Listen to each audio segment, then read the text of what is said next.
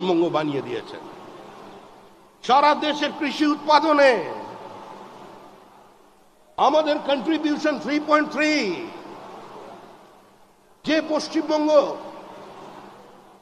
একদিন চাল প্রডিউস করার জন্য সারা দেশে 1 নম্বর জায়গায় ছিল, আজকে আমরা 3 নম্বর জায়গায় চলে এসেছি। মমতা বন্দ্যোপাধ্যায়ের ভ্রান্ত নীতির কারণে আলু চাষিরা আত্মহত্যা করছেন। পশ্চিমবঙ্গের আলু চাষি, আলু ব্যবসায়ীদের সর্বনাশ করে দিয়েছে তৃণমূল কংগ্রেস। পশ্চিমবঙ্গের কৃষকের এই আত্মহত্যার জন্য কোনো আন্দোলন কেউ তৈরি করতে পারেনি বামপন্থীরা, যারা দিনের পর দিন কৃষক সভার গল্প শুনিয়েছিলেন, যারা মানুষকে আরো দরিদ্র বানিয়ে রেখে বড় লোকের বিরুদ্ধে গরিবের লড়াইকে জোরদারের কথা বলেছিলেন। সেই কৃষক সভার কোনো দেখা মেলেনি কোনো প্রান্তিক কৃষকের পাশে, আত্মহত্যা করা কোনো কৃষকের পরিবারের কাছে। দিনের পর দিন একটা সাম্প্রদায়িক বিভাজন তৈরি করে দেওয়া হয়েছে রাজ্যের মাটিতে। আজকে সংখ্যালঘুদের বুঝতে হবে যে বিজেপির লড়াই সংখ্যালঘুর বিরুদ্ধে নয়, বিজেপির লড়াই কোনো মুসলমানের বিরুদ্ধে নয়। হ্যাঁ, আমরা লড়াই করছি আপনাদের বিরুদ্ধে, কারণ আপনাদের বাড়ির ছেলেরা যারা হাতে পাথর নিয়ে ঘুরছে, আমরা ওই পাথরটাকে কেড়ে নিয়ে ওখানে বই ধরিয়ে দিতে চাই।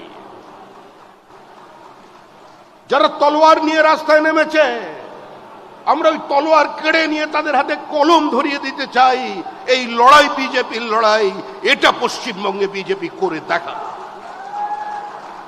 আমরা চাই দুর্গাপুজোর বিসর্জনের মিছিল আর মহরমের মিছিল একই সঙ্গে একই রাস্তা দিয়ে একই সময় হেঁটে যাবে।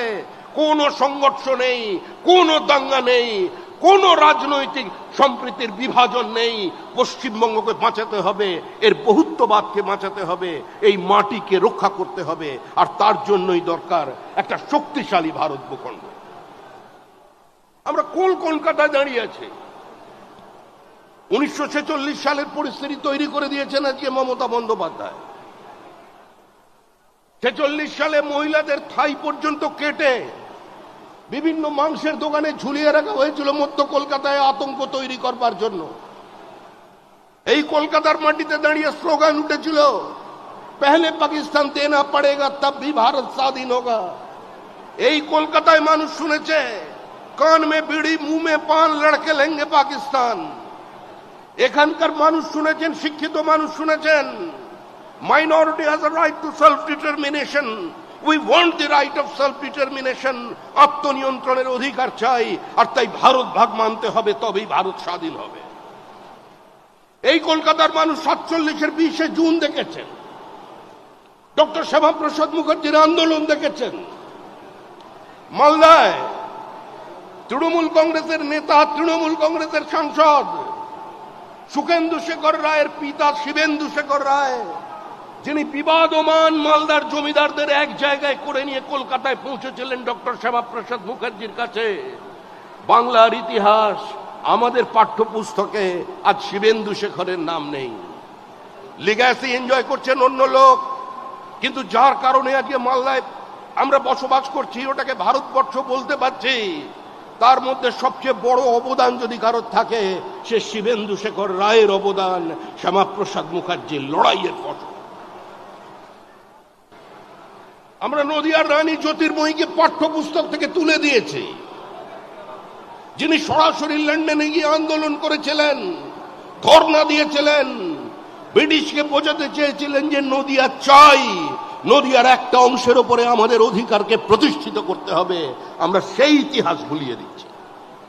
মমতা বন্দ্যোপাধ্যায় বলছেন, আমি পশ্চিমবঙ্গ নাম চাই না, আমি বাংলা বলতে চাই। কেন বাংলা বলবেন? আরে বড়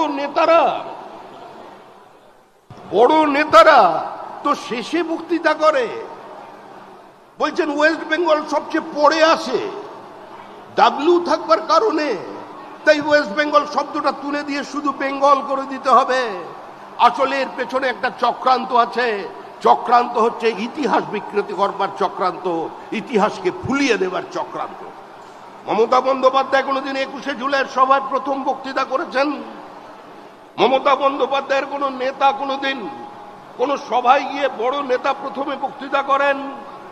উদ্দেশ্য একটাই, বাংলার ইতিহাসকে বদলে দাও, বাংলার মানুষকে বোঝাও যে তোমাদের ইতিহাস তৈরি করেছে 1947-এর পরে কংগ্রেস, তার আগে তোমাদের কোনো ইতিহাস ছিল না।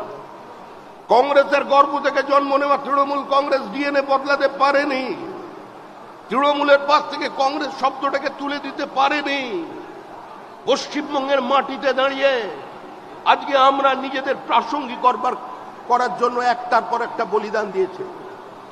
যে সন্দেশখালীর কথা আপনারা শুনছেন, ওই সন্দেশখালীর নিতাই নায়েক, ডক্টর ভবরঞ্জন মণ্ডল, দিনু কাপালি খুন হয়েছিল সিপিআইএম এর হাতে। যে ভাষা সিপিআইএম বোঝে সেই ভাষায় বিজেপি কর্মীরা জবাব দিয়েছিল।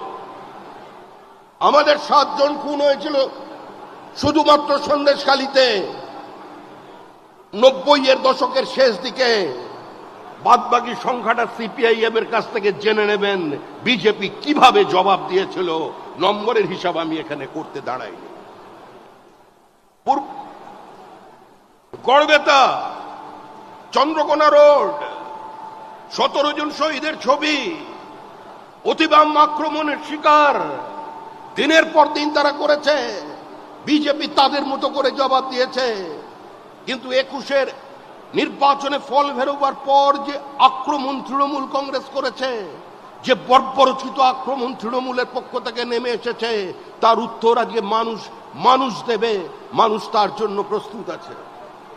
একটা রাজনৈতিক দল যারা কোনো গণতান্ত্রিক ব্যবস্থায় বিশ্বাস করে না, একটা রাজনৈতিক দল যারা যুক্তরাষ্ট্রীয় কাঠামো মানে না, একটা রাজনৈতিক দল প্রতিদিন দেশের বিচার ব্যবস্থাকে আক্রমণ করছে।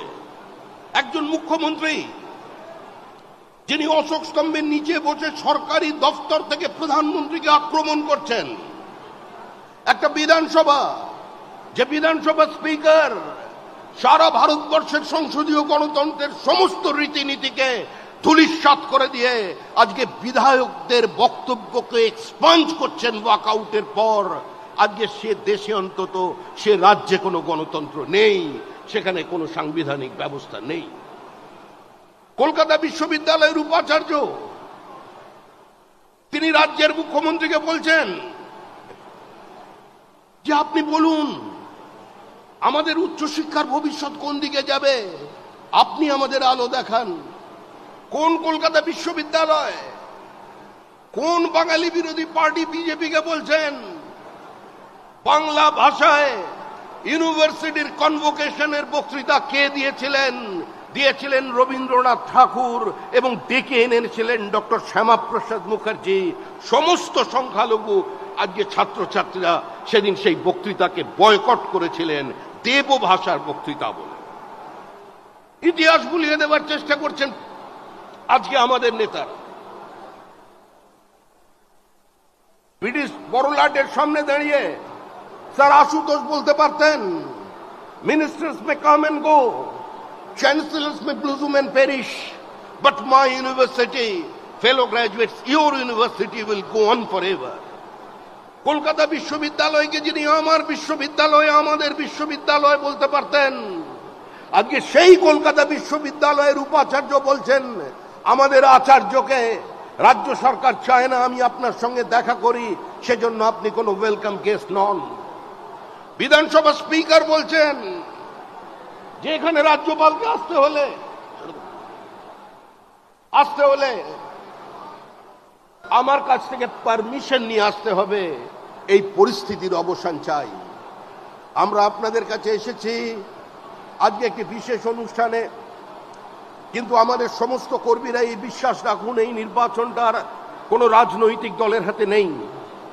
বাংলার মানুষ স্থির করে নিয়েছেন তৃণমূল কংগ্রেসের বিদায় তারা দেবেন। স্বয়ং জগন্নাথ দেবকে দীঘায় টেনে নিয়ে আসা হয়েছে, কারণ মা কালীঘাটের মা কালী আগে হাত তুলে নিয়েছেন, বলেছে এ ফাইল আমি নিতে পারবো না, আমার পক্ষে বাঁচানো সম্ভব নয়। এবার সরাসরি চলে গেছেন জগন্নাথ দেবের কাছে। জগন্নাথ দেব স্বইচ্ছায় কিংবা বাধ্য হয়ে এসছেন তা জানা নেই, কিন্তু জগন্নাথের ইচ্ছা আছে জগন্নাথ বিদায় দেখতে চান, জগন্নাথ বাংলার মানুষের মুক্তি চান, পরিত্রাণ চান। তাই ওই দীঘাতেই, পূর্ব মেদিনীপুরেই, ওই যেখানে ভারত প্রথম স্বাধীন সরকার তৈরি করেছিল, তাম্রলিপ্ত সরকার, ওই ঐতিহাসিক মাটিতেই ওই বঙ্গোপসাগরী তৃণমূলের বিসর্জন হবে। তৃণমূল হারছে, তৃণমূল হারতে চলেছে, তৃণমূলের সামনে অন্য কোনো পথ খোলা নেই। মমতা বন্দ্যোপাধ্যায়ের আর কোনো হোর্ডিং নেই, সততার প্রতীক। এটা বিজেপি বলছে না, তৃণমূল কংগ্রেসই বিশ্বাস করে না। তৃণমূল কংগ্রেস আর কোনোদিন কোনো পোস্টার লাগাচ্ছে না সততার প্রতীক বলে। মনে করুন, মমতা বন্দ্যোপাধ্যায় রেলমন্ত্রী, প্রধানমন্ত্রী অটল বিহারী বাজপেয়ী কংগ্রেসের তোলা মিথ্যা অভিযোগ জর্জ ফার্নান্ডেজের বিরুদ্ধে মন্ত্রিসভা থেকে পদত্যাগ করলেন। কলকাতায় হোর্ডিং লাগলো, ক্ষমতা নয় সততা, দেখিয়ে দিল মমতা। আজকে সেই সততার প্রতিমূর্তিকে বাংলার মানুষের সামনে নতুন করে বলবার কোনো প্রয়োজন নেই। একটা দল একটা সমাজকে বাজার বানিয়ে দিয়েছে, যেখানে আলু পটলের মতো চাকরি বিক্রি হচ্ছে, মেধা প্রতারিত হচ্ছে। সেই বাংলার মানুষকে আজকে মুক্তি দেবার জন্যই আজকে বিজেপি বদ্ধপরিকর। নরেন্দ্র মোদীর নেতৃত্বে সারা ভারতবর্ষে আমাদের পার্শ্ববর্তী রাজ্যগুলোর